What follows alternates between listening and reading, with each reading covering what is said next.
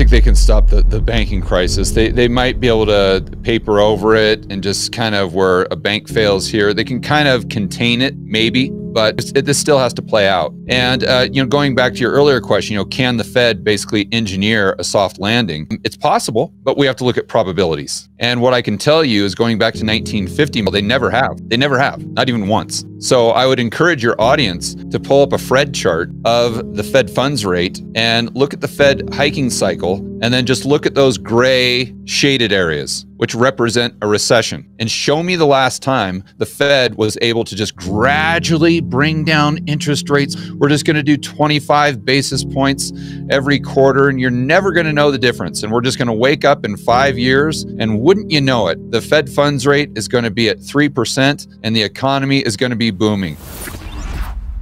If that's so easy, why haven't they ever been able to do it? What you see is the exact same cycle every single time. And then sometimes people point to the mid-1990s. They say, oh, well, the Fed had a rate hiking cycle there, and then they were able to, slow it down. We didn't get a recession. Right, the curve wasn't inverted. I mean, come on, let's be honest. The banks weren't giving you that signal that the stuff is going to hit the fan. They were still lending into the real economy. They were providing a lot of that liquidity. And by the way, there were no bank reserves, effectively. There were no bank reserves back then. So you're comparing apples to oranges there. The entire curve was not inverted. But if you look at the typical cycle, and again, your viewers can look at a Fred chart of Fed funds, and they'll see what I'm talking about. It goes up, and then it flattens out, and then the next move is always down. But it's not just down slightly, like taking the stairs down. It takes an elevator down, because the Fed is always behind the curve, and they're always responding. They're always reacting. They're always responding to a crisis.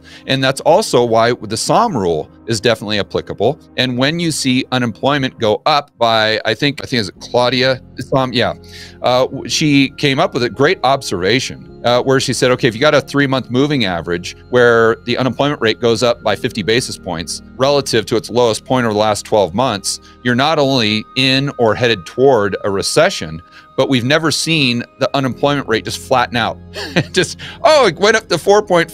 Oh, no problem. It's going to hover around 4.5. Then it's going to go right back down to 3.5. No, if it goes up and it breaks the SOM rule, then it just goes parabolic. And that's the stuff hitting the fan. That's always what the Fed is responding to. And that's what the yield curve sniffs out. That's because the banksters know about it first. I mean, let's sit back and just ask ourselves. We know how greedy the Jamie Dimon types are, the George Soros. I call them the financial insiders. Are you going to sit here and tell me that Jamie Dimon doesn't have any insider information as to what is happening with the global economy or the U.S. domestic economy? And I'm not saying it's illegal insider information, but he definitely has access to info with all these multinational corporations and these CEOs that come out on CNBC. He's having dinner with these guys every single night. So they're going to level with him, and he's going to say, hey, what do you think about the economy? I saw you on CNBC today saying that it's great. And then they sit down and have a couple whiskeys and like, no, Jamie, you don't understand. It's bad. It's real bad. And then he goes out. What does he do? He buys 10-year treasuries because he doesn't want to take the risk, which inverts the curve. So it's, again, I think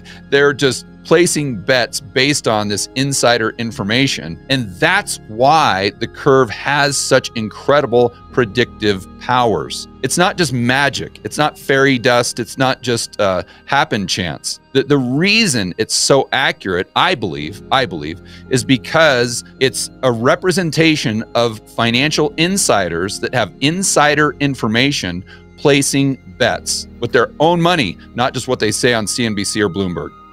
This is the idea that somehow the yield curve itself creates the recession. Like somehow the yield curve is what is impacting the market, and it's not a representation of what the market participants are actually doing. So they get it wrong. They get it backwards. It's the dog wagging the tail, not vice versa. But this argument, let's just tackle it head on here, that the yield curve is dead. I like the fact that as they're saying this, the yield curve is playing out in the exact same way that it's done in every single cycle. So what am I talking about? I'm talking about the uninversion. not just the inversion, but the uninversion, to where the yield curve starts to steepen out. Because it can steepen out one of two ways. It can steepen out through a bear steepener or a bull steepener, which again is just kind of nerdy macro econ guy speak for saying a bear steepener is when the curve steepens out as a result of the long-term interest rates going above short-term interest rates. So an example of this would be right now the 10-year Treasury is trading right around 4.2%. We got Fed funds, they call it 5.2. So if we saw the 10-year Treasury go up to 5, up to 6, up to 7, this would be a result of a bear steepener. And that actually would be healthy. That's what you would want to see in a healthy economy. Now, it could be the result of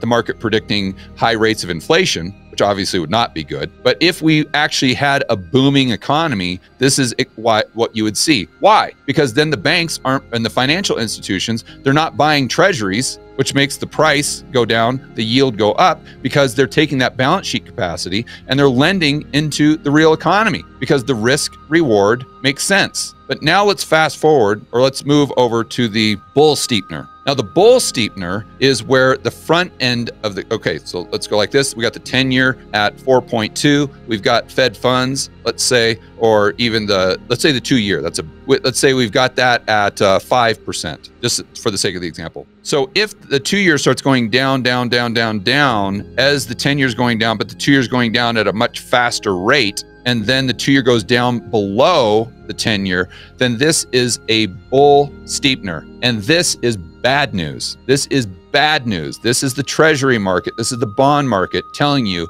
that it's predicting that the Fed is going to drop rates, and they're probably going to drop rates sooner, and they're probably going to drop rates to a greater degree than the market, the talking heads on CNBC would lead you to believe. This is the irony here. As all these people are coming out and telling you that the yield curve is dead, the yield curve is doing exactly what you would expect if we're going into a hard landing. And that's that it's steepening out, but it's steepening out as a result of the bull steepener. If your viewers go and look at a chart of the 2-year Treasury yield and then the 10-year Treasury yield, you'll see over the last 6 months, or the last maybe 3 months or so, I don't have the chart in front of me, the 2-year Treasury has gone down to a much greater degree than the 10-year Treasury, to the point where now the delta between the two is only 15 basis points. And by the way, the 2 and the 30 have already uninverted, and they stayed uninverted, which is the key, because a lot of times they'll uninvert and then they'll go back to inverted and kind of chop around a little bit. But the 2s and 30s have already uninverted and stayed that way. The 5s and 10s, the exact same way. And this is, again, what you see in every single cycle. It always plays out this way. So for people to look at it and saying, oh, this time it's different, why? Why is it different? You can sit and give me that argument, well, it's a self-fulfilling prophecy, because once the banks see the yield curve inverting, or the market participants, well, then they're going to lend less. That was your prior argument. Okay, but fine. What's that going to do? If the banks lend less and provide less dollar liquidity, then that's going to, in and of itself, create a recession. That puts downward pressure on economic growth, because those entities that are out there that need the liquidity to produce the stuff that we buy don't have access to that liquidity. If they do, they have to pay a higher price for it. So any way you look at it, that argument is not well thought out. The problem with an inverted yield curve isn't necessarily the impact on the economy or the impact on the banking system, because the argument there is, well, it impacts banks negatively because they borrow short, lend long. That may be true, but that's not the real reason that you should fear an inverted yield curve, because the impact, the damage has already been done. Because what the curve is doing is it's not impacting something, it's a representation of what is actually happening and what the banks themselves are predicting will happen in the future. So anyone that starts with, oh, well, this is all about how the curve impacts this, and this time it's different. I mean, let's just stop for a moment, use some good old-fashioned common sense. Let's say one of your friends came to you and said, I need to borrow $5,000 worth of gold, right? And you said, okay, well, how long do you need to borrow it? And they said, well, probably about a month or so. And you say, okay, well, what I'll do is I'll just charge you a pro rata interest rate based on the 10-year treasury, yada, yada. Let's say you charge them 2% interest for borrowing that gold for 2 months. Okay, well, let's say they come to you and say, I need to borrow $5,000 of the gold, or however many ounces. I need to borrow it for 30 years. the yield curve is dead, if the economy is booming, if we've transferred into this new type of world where it's all services based and blah, blah, blah, blah, blah, whatever excuse you want to make, it still doesn't make sense from a fundamental standpoint. If we are in a healthy economy, even if it's changed to services or AI or whatever you want to make up, the bottom line is that short-term interest rates should be lower than long-term interest rates. And if there's not, it's a representation of a big, big problem. And it's been this way every single time. And again, if you go back and look at the archives, for your viewers that have a subscription to the Wall Street Journal, you can go to their website. I do it all the time. You can look at the archives, look at the articles and what they were saying about the economy in 2007 and what they were saying in 2008. And what they were saying about the inverted curve and what they were saying about the probability that we would have a recession due to residential real estate. It was the exact same nonsense over and over. In fact, back then, it was the longest inversion, about 22 months. And, you know, once it got past like 18, oh, well, look at that. The yield curve is dead. And then, boom, you get Bear Stearns. Boom, you get Lehman Brothers. You're like, oh, nobody could have predicted that. Yeah, except for that yield curve that's been inverted for the last 22 months.